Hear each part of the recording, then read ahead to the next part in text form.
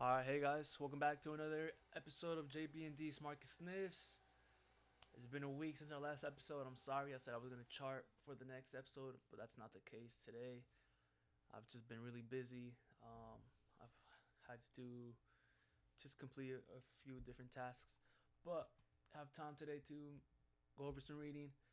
Um, and we're just going to dig in and we'll see what comes out of it, okay? Alright, let's start with the first thing. Speculators net short VIX positions at highest since 2022. Okay, so I had taken a VIX short position when I entered it. Damn, last month, 3 weeks ago, and since then VIX kind of just been sideways. And these last 2 days it went up, but I sold my calls break even yesterday, and today it went up a little bit more. VIX went up like another 10%. However, the cost didn't really go up. I don't know. I don't like VIX. I don't like playing VIX. But yeah. So this chart highlights how dealer positioning has turned increasingly short gamma since 2021 with the negative gamma supply. Okay, this is the bottom one. This is from August. Okay. The biggest risk a sharp market move could spiral into a magnified move where dealer hedging accelerates downside far beyond what fundamentals would normally dictate. The April drop is an example. Yeah, I kind of went over this a few episodes ago, but yeah, just gonna read it. Not gonna go too much into that one right now. Speculators start to bet on the bubble bursting because they start to see the type of action in the market. You get a lot of put buying. Dealers are, short puts. They have to sell stocks, essentially short equities, in order to hedge that exposure. If that speculation in the options market were to kind of flip and more bearish type of trading, I don't even know what could happen. We haven't really seen it before in markets. So I think there's this leverage. I think this leverage means that it's really, really unlikely that the bubble would just slowly deflate this time. Yeah, that's kind of correlated to this. Again, so if everybody's bullish, call buying, whatever, no hedge, downside protection once the wave turns. Funds and everything have to hedge, flip the other way, and it just exacerbates the move. Like they said, April is an example. If I put this lower, it's like, no, it's too low. My bad, guys. Shit. Hold on. Okay. OpenAI's need is lowered compute cost ASAP. They can achieve this by creating an overbuilding, which leads to a crash. They'd benefit from a bubble pop. Data center companies go bankrupt, such as CoreWeave. That's from this podcast. Okay, if you want to go listen to it, Wealthy on episode from November 17th. Anyways, what was I saying? Okay. Oh, now going on to Taiwan, Trump, Taiwan, China trade. Okay. The big caveat here is Taiwan. The biggest risk for tech and the entire economy is Trump's policy over the island. During the summer, he declined to provide assurances that the U.S. would protect Taiwan against Chinese aggression if he's elected president. This was last summer, not this summer, last summer. Taiwan should pay us for defense, Trump told Bloomberg Business Week in an interview. At the time, I wouldn't feel so secure right now if I were them. If China interprets Trump's statements to mean the U.S. wouldn't defend the island, it could decide to invade or blockade Taiwan. That would send the global economy into chaos as nearly all the world's advanced chips, which are critical for modern living, are still made in Taiwan.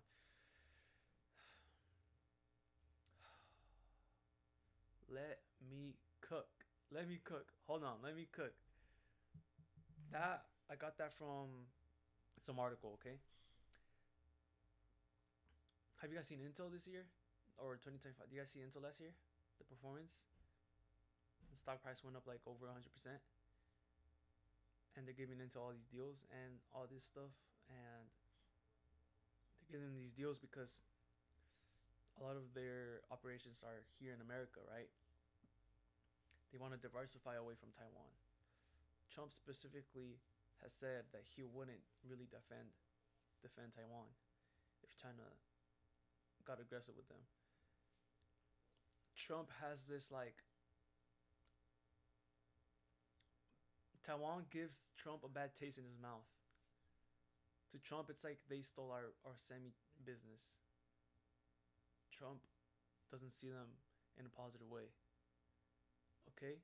So they're giving into all these deals and everything to diversify away from TSM, and because he knows they've already. This is speculation. I feel like Trump and Xi have probably already had these conversations in private, where Trump has probably already told Xi that whatever he wants to do with Taiwan is his business, and he's not really gonna really give two f's about it.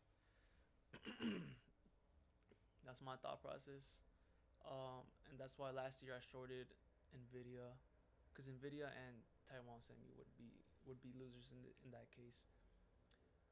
Um, and then I sold for profit like in March, but this still hasn't played out. This Taiwan trade hasn't, like, it's yet to be seen. Right now he's focused on Greenland and Iran. Um,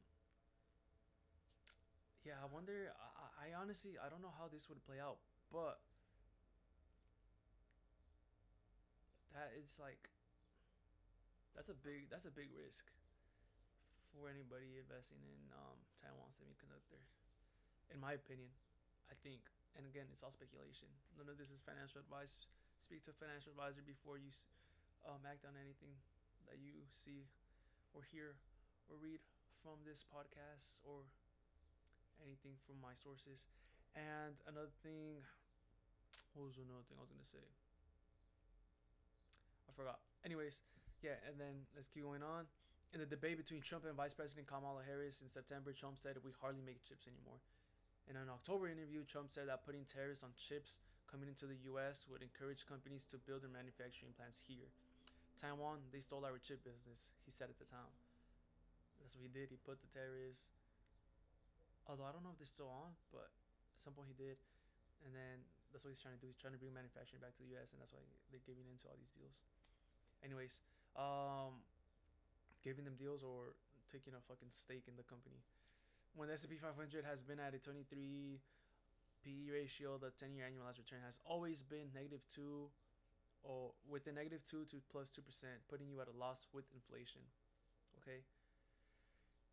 Anyways, in later stages, asset prices for tech peaked before capex declined. So prices of railroad securities in the 1800s, utility stocks and bonds in the 1920s, and dot-com stocks in 2000 topped out ahead of spending. BCA points out. Okay. Dornbusch's law. Things take longer to happen than you think they will, but they happen faster than you thought they could. I love this quote. Ever since I read this quote, has stuck with me. It's an amazing quote. Things take longer to happen than you think they will, but when they happen faster than you thought they could. It's I don't know why I like it so much. I do. I think that's gonna happen with PayPal. It's gonna take longer than we think, but once it finally happens, it's gonna happen quick. That's what happened with Alibaba.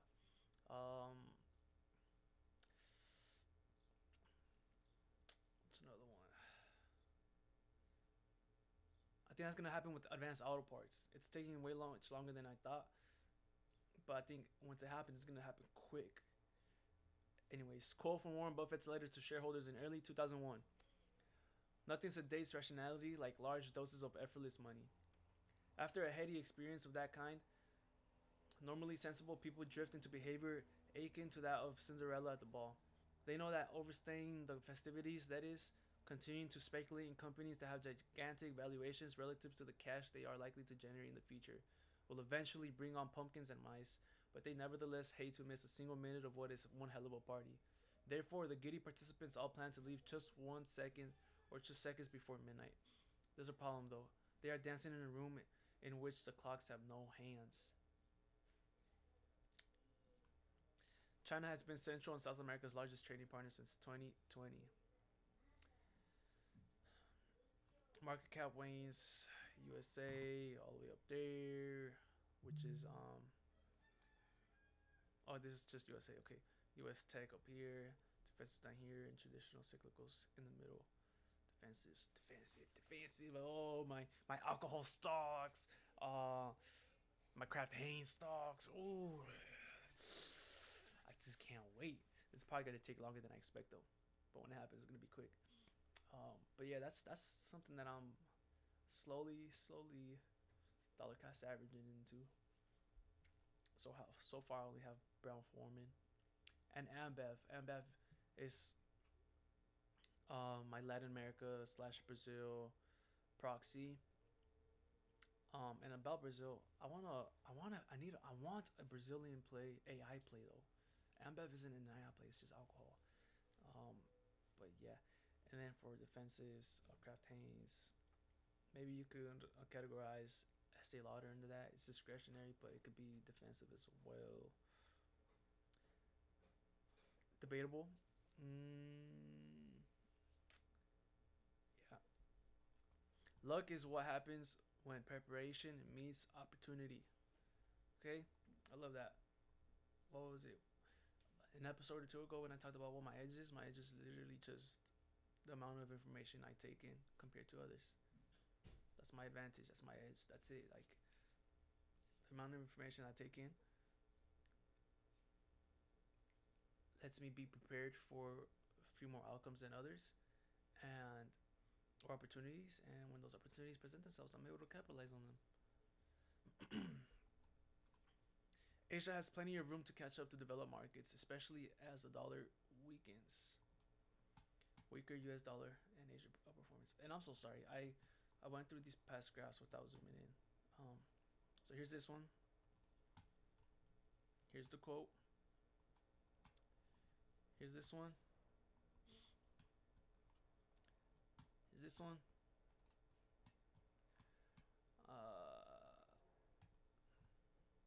Okay.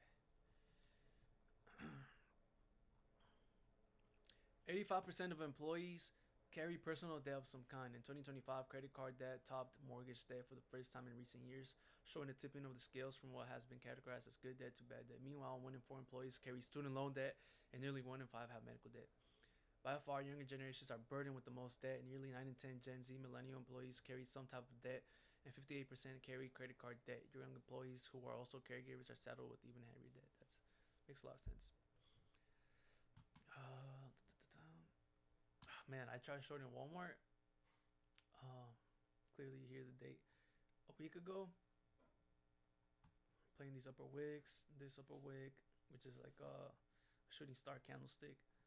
I got squeezed. I'm still holding them, but I got squeezed. I'm squeezed so far for like February and March expiries. Again, not financial advice. Speak to a financial advisor. All of this is just for informational and educational purposes. Here's this little setup I was watching on, what was this? S&P 500? Yeah. I think, or it could have been the NASDAQ. Honestly, I don't even know anymore. Hanging Man, yeah, because that's the monthly candle right here. Anyways, but I was early to that. I was early on some QQQ January 23rd puts, just as I was early on the fucking Walmart puts.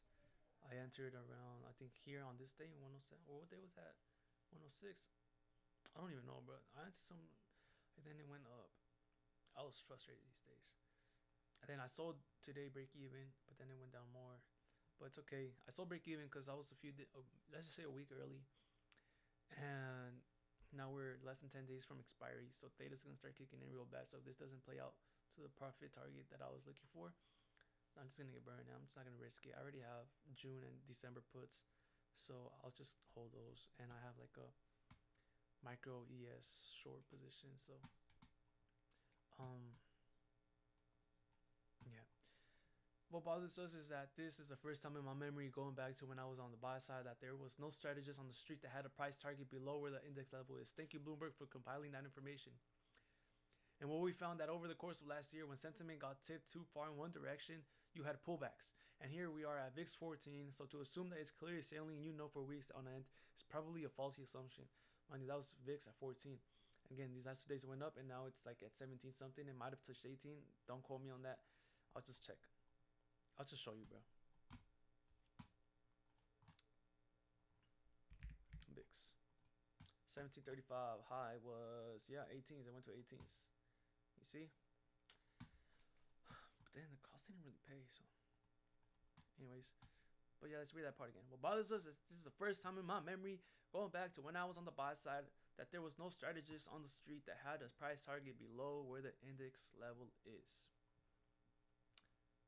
Don't know who the speaker was. It was a guest from this episode, so you want to go look for it. Bloomberg surveillance, January 6, 2026. Okay. Everything so far has been short positioning except the yen trade, which is a long.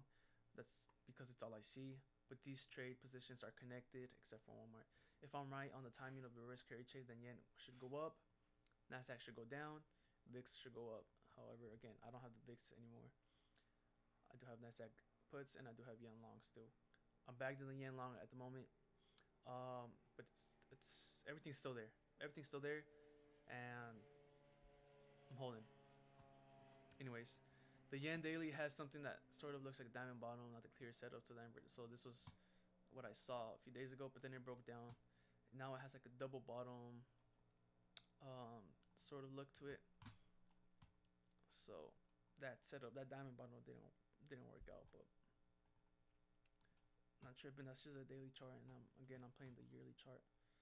So that was here. Then it broke down these last couple days because Prime Minister Takaichi, wants to dissolve some part of I don't know what, and I guess she would have more power that way, and then she wants to like spend even more, which is putting pressure down on the yen. Anyways, however, you might have seen that Japanese yields are going up. Okay, they have been going up a lot these last 2 weeks. However, the yen is still going down. It could be confusing. You would think if the yields are going up, then the yen will start going up, right? But not the case. And I think it's just waiting for like a breaking point. Eventually, maybe yields will probably just hit a certain point. Because there's this divergence. Sometimes they usually follow each other. If you see yields go up, you see the yen go up too. If yields go down, you see the yen go down too, right? But now this huge divergence. I think if yields just reach a little bit further to a tipping point, which I don't know what it'll be, it could just revert. It could just trigger a very quick yen reversal up. That, or there's just gonna be another different catalyst that makes the yen go up. Like if something occurs that creates selling in the Nasdaq or something, which is big tech, I don't know, speculation, but still technicals and fundamentals are there, so I'm not really worried. I actually wanted to buy more, but I can't, because I have I can't for risk purposes. Like if I wanted to make room, I could. I probably could, but I don't want to be over leveraged. Although my conviction is very high on that. No, I just can't. No, I would if I could, but I can't. I can't because I would probably have to sell some things to make room for it.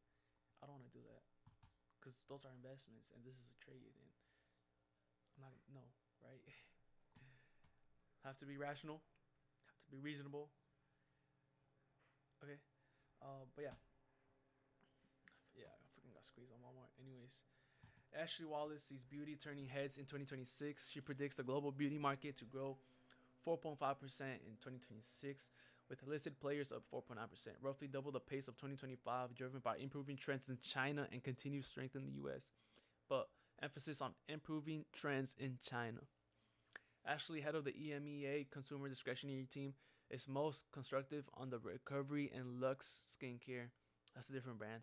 And sees premiumization and broader distribution supporting hair care growth. By contrast, she remains cautious on mass beauty due to the K-shaped consumer backdrop.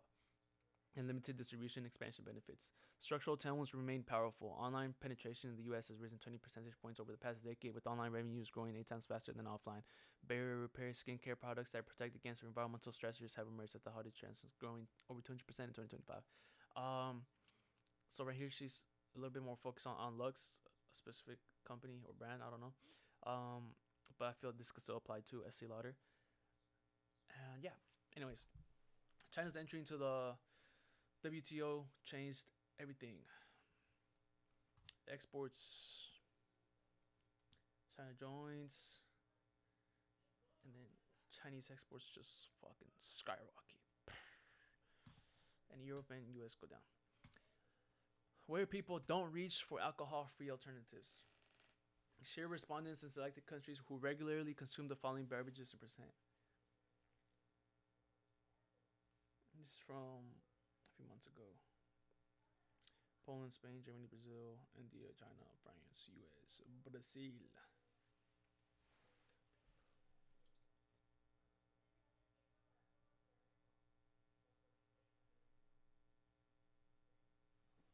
So they drink. So, because I feel like the title's confusing, or I'm just dumb. Where people, because if I just ignored the parentheses, where people reach for alcohol-free alternatives, right? Because right here it says non-alcoholic beer and non-alcoholic wine. So why does it say where people don't reach for? They're trying to say where people don't reach for alcohol and they reach for alcohol, right? From my understanding, yeah, this is the other countries and the percentages of people who drink non-alcoholic or alcohol-free. I mean, alternatives.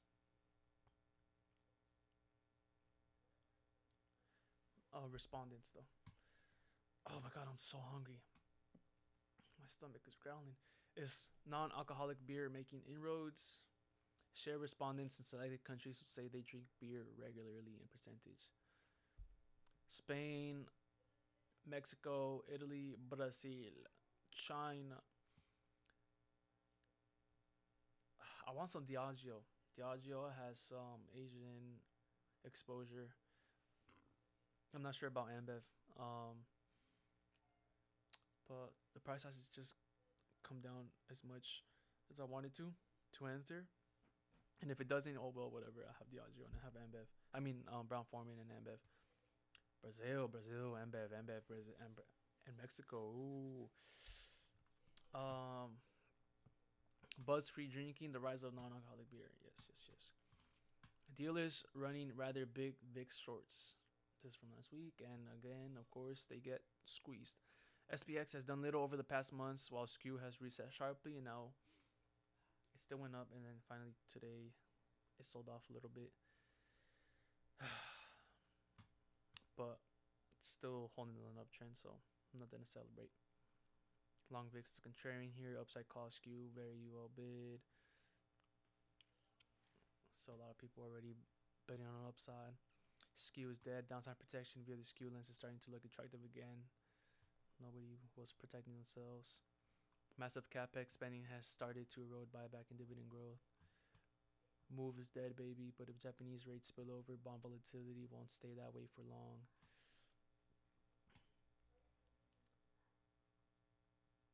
Alibaba pre-earnings guidance. Partial transcript from a local Chinese media outlet of what was shared in the Taobao flash business. Top priority. Alibaba is firmly committed to significant increasing investment in 2026 to achieve absolute market leadership in the instant retail segment. Meituan stock plunge. Yeah, so it's funny because I have both of their stocks. But I think it'll work out good for the both of them. Management commentary, GMV, shares increase. Yeah, I traded just for that part. But then they had another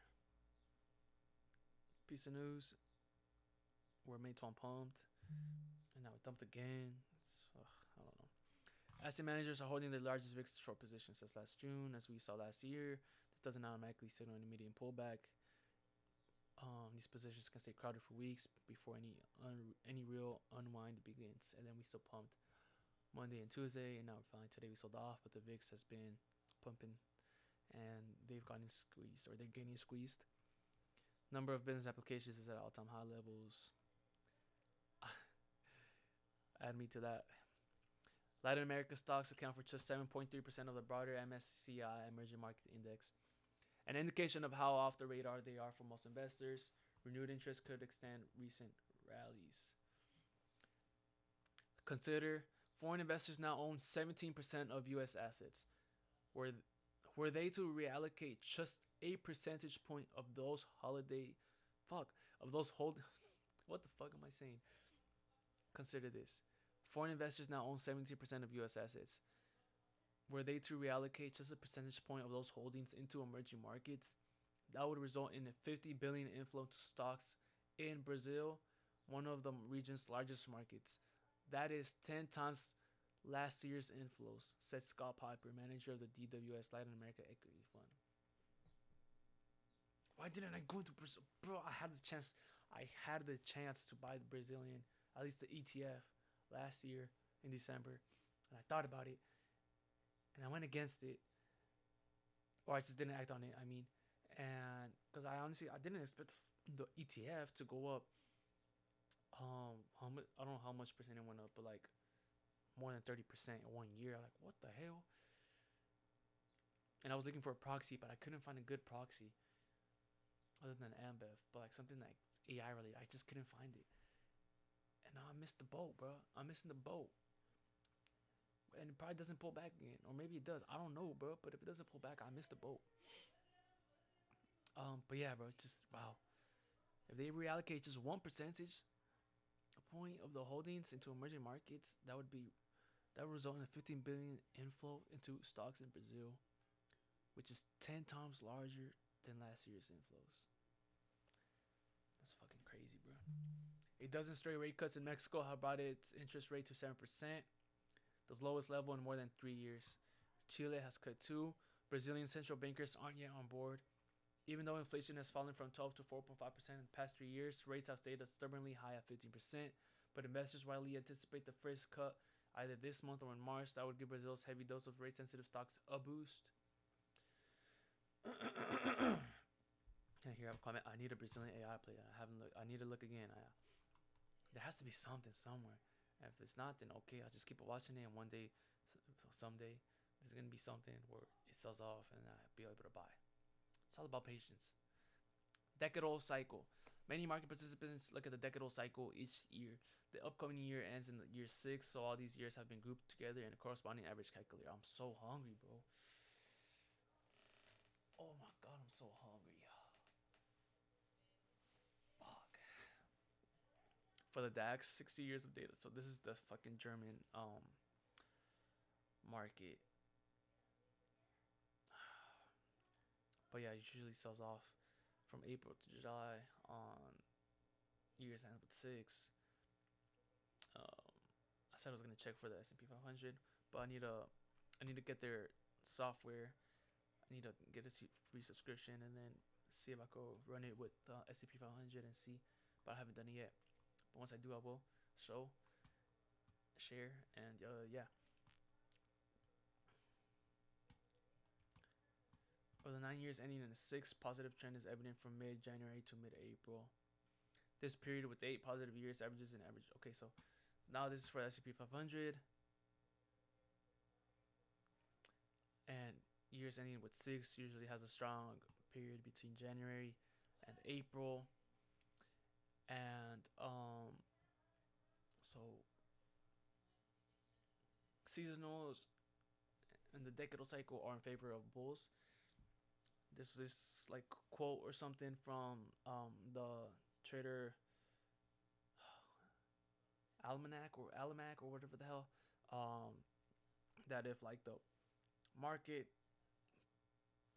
performs the opposite of what the typical seasonal pattern shows, that usually a sign of like a bigger force driving the market, and to be cautious or whatever the hell.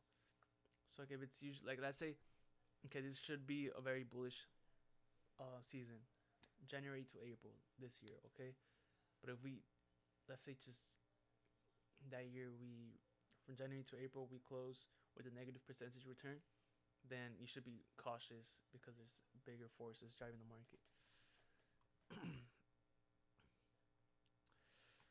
Oh my god, I'm so hungry. The latest, how has your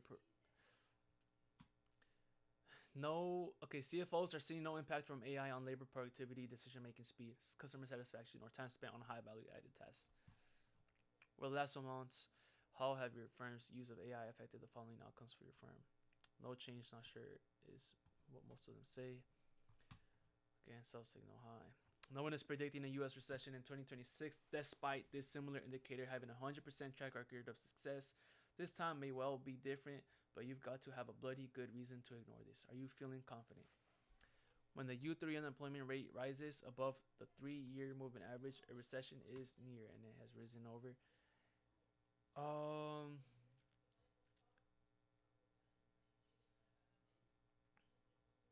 since the beginning of last year or something like that. Right here, the thing with the recessions is everyone knows to buy the dip. Okay, so if you ask people, if you make a survey, and you ask people what should they do if their investments have a big dip, what should they do if there's a big dip in the market, they'll respond, and if the options are like buy or sell, they'll say buy the dip. But in a recession, it's not that simple. You lose your job or you're uncertain if you'll keep your job.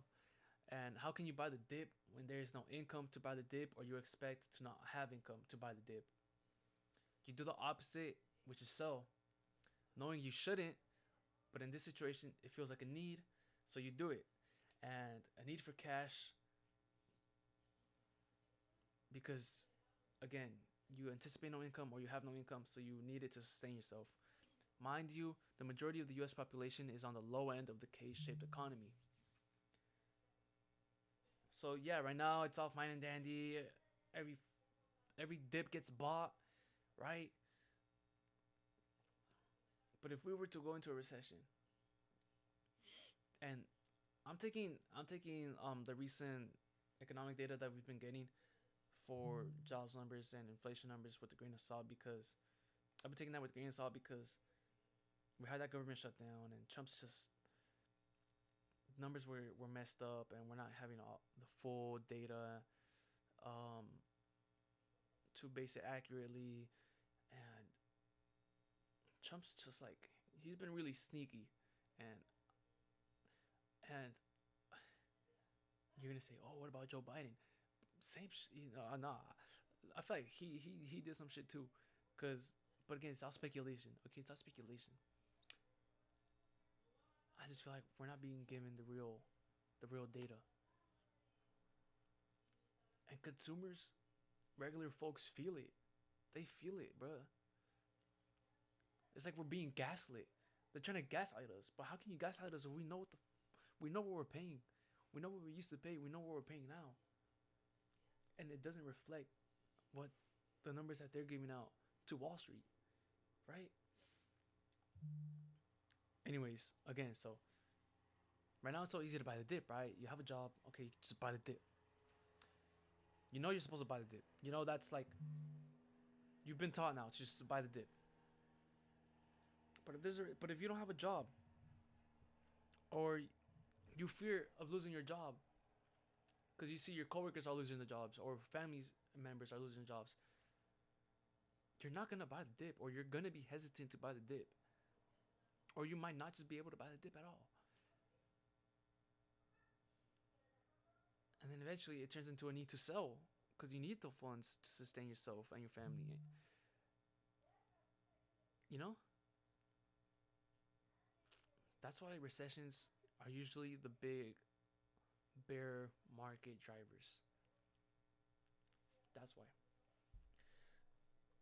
I'm not trying to predict the recession, bro. Like, it's so hard to do that. Um, but yeah. As prices remain stickier, lowest income earners see smaller wage growth. The U.S. household debt burden has almost never been this large. U.S. household total debt service is up to 30% of gross disposable national income, the highest since at least 2008. Average American, nearly one out of every $3 are spent after taxes just to pay off debt. Record high household debt service. So a third of their income after taxes is spent on paying off debt. More than 15% of consumers feel they won't be able to make a minimum debt payment in the next 3 months, the most since COVID. Productivity growth without real income growth is unsustainable. Hey, one more thing, bro. I don't know when this happened, but I checked. Okay, I checked because Bank of America for like the past 2 years has been offering me 0% APR promotional balance transfer or 0% APR promotional cash advance for like a whole year, and they kept promoting it to me, right? And I checked out of curiosity for certain reasons, and it's not there anymore. They're not offering it anymore. When did they stop? Because I didn't notice. I haven't really checked. But is that just a seasonal thing? Because I don't remember it being not. Because I remember this time last year they were offering that shit, and a few months ago they were still offering it. And I don't think it's a seasonal thing. But I'm like suspicious. Like, why are they slowing down on those type of promotional offers? Because those are some good promotional offers, bro. You get a 0% APR cash advance. All you do is pay a 4% fee. You can take out 10,000, get a 10,000 cash advance as long as your credit limit is big enough. You only pay them 4%. You can pay that 4% with their own money that they gave you. Now you have 9,600. Do whatever you need to do with that to double it, and you pay it back with 0% interest for a whole year. And if you're not done doubling it by then, you could just go get another credit card for like 18 months, 0% APR, and balance transfer it to that if that new credit card limit is enough, right? But now they're not offering that. You don't find that suspicious? Again, all speculation. All speculation. And not financial advice. Not financial advice. Not even recommended. Speak to a financial advisor before you make any financial decisions. Everything here is opinion only. And yeah, productivity growth without real income growth is sustainable. It's unsustainable. And a genuine productivity boom, we ought to be seeing rising growth in real compensation. Over the last 2 quarters, the opposite is true. Real compensation per hour has declined slightly over the last 2 quarters, while productivity has surged 4.5%. SAAR. Productivity growth without real income growth is unsustainable. We've had the productivity growth, but we haven't had the income growth. And every time that has happened, for example, here in 08 or 10 or whatever, in 09, boom, snaps back down. Right here, snaps back down. So I don't know how long it's gonna take, but eventually snap back down. 2025 is likely the worst year for job growth outside of a recession since 2003. Worst year for job growth outside of a recession since 2003. 2003, right here, okay. Other years this bad were recessions, but we're not in a recession yet, at least. Damn. This is chart I drew out. Like a wick off distribution. Okay, S&P 500. You see the similarities, cause I do, right? And I said this might be very copium. This might be just be me trying to cope being bagged in shorts.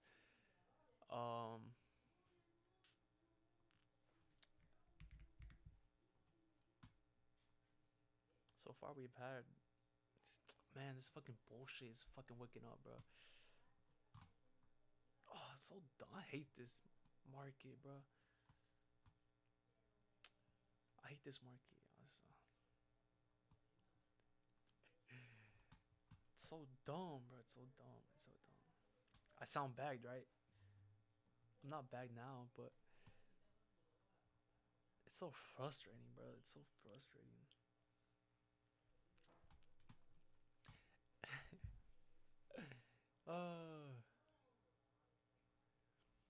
broadening global expansion is especially good for emerging markets where living standards have the most room to grow. US dollar is at the high end of its historical valuation range, especially true against Asian currencies like the Chinese currency and Japanese yen, where fair value is 20 to 30% lower for the dollar. Combined with the rising earnings cycle, this local currency appreciation potential increases the scope for dollar-based investors to benefit from Asian equity investments going forward.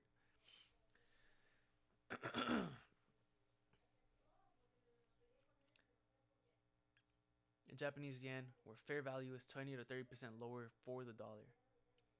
Combined with the rising earnings cycle, this local currency appreciation potential increases the scope for dollar-based investors to benefit from Asian equity investments going forward. That's pretty much the reverse carry trade, bro. If the yen reverses up, these foreign investors or whatever, dollar-based investors will benefit from an Asian equity investment, and it's probably gonna go into China. Most likely gonna go into fucking China, bro. Like I'm not.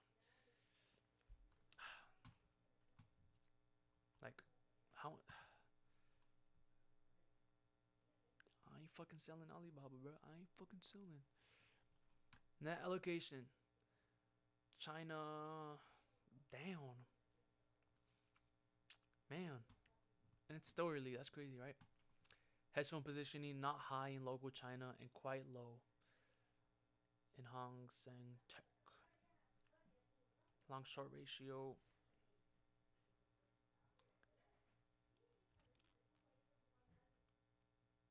Where's the index? Damn, bro. That's crazy. It's still early. China luxury demand catalyst. China luxury demand catalyst. Goldman Sachs notes buy the dip flows into luxury, driven by LO buying quality names and derivatives. China consumer confidence up 5% year over year. Tier 1 cities showing stronger inflection with 2026 growth targets. And here's a consumer confidence. Yeah, bro. Once this reverses, bro. Estee Lauder, baby. Canada Goose, baby. Yeah, this luxury more Canada Goose. Again, roughly a third of Canada Goose sales are in China. Prime book, Europe long short ratio. Luxury goods, and yeah, they saw like a third in North America, a third in Europe, and a third in China, or Asia. Canada Goose. Yeah, puck. PCE ratio. VIX futures positioning was down. Now we reversed last 2 days. Okay, look at this. So, the higher social and higher math skills, the more likely you are to have higher wages or higher chance of employment. So your social skills play a big part in your chance of getting employed and chance of getting higher wages. Japan real rates remain in negative territory. Talked about this. Yes, yields have gone up, but the real rates are still negative. Right here, I closed my Chagi position, cut the loser. I had mentioned it a few podcasts ago. It was a stock position. I cut it. I don't know. I just cut it. It wasn't like an emotional decision or anything. It was just, this is not doing anything, and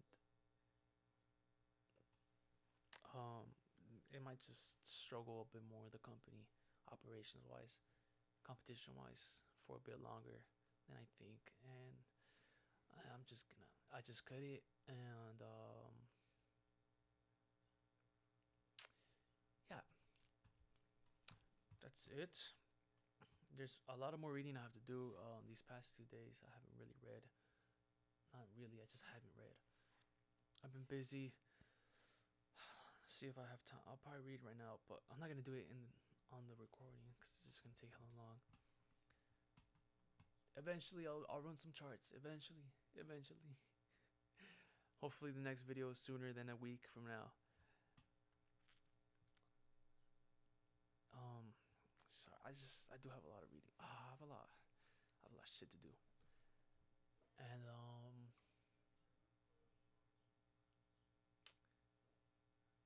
yeah.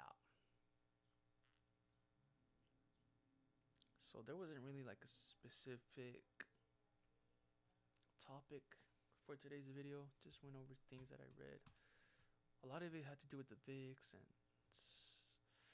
short positioning and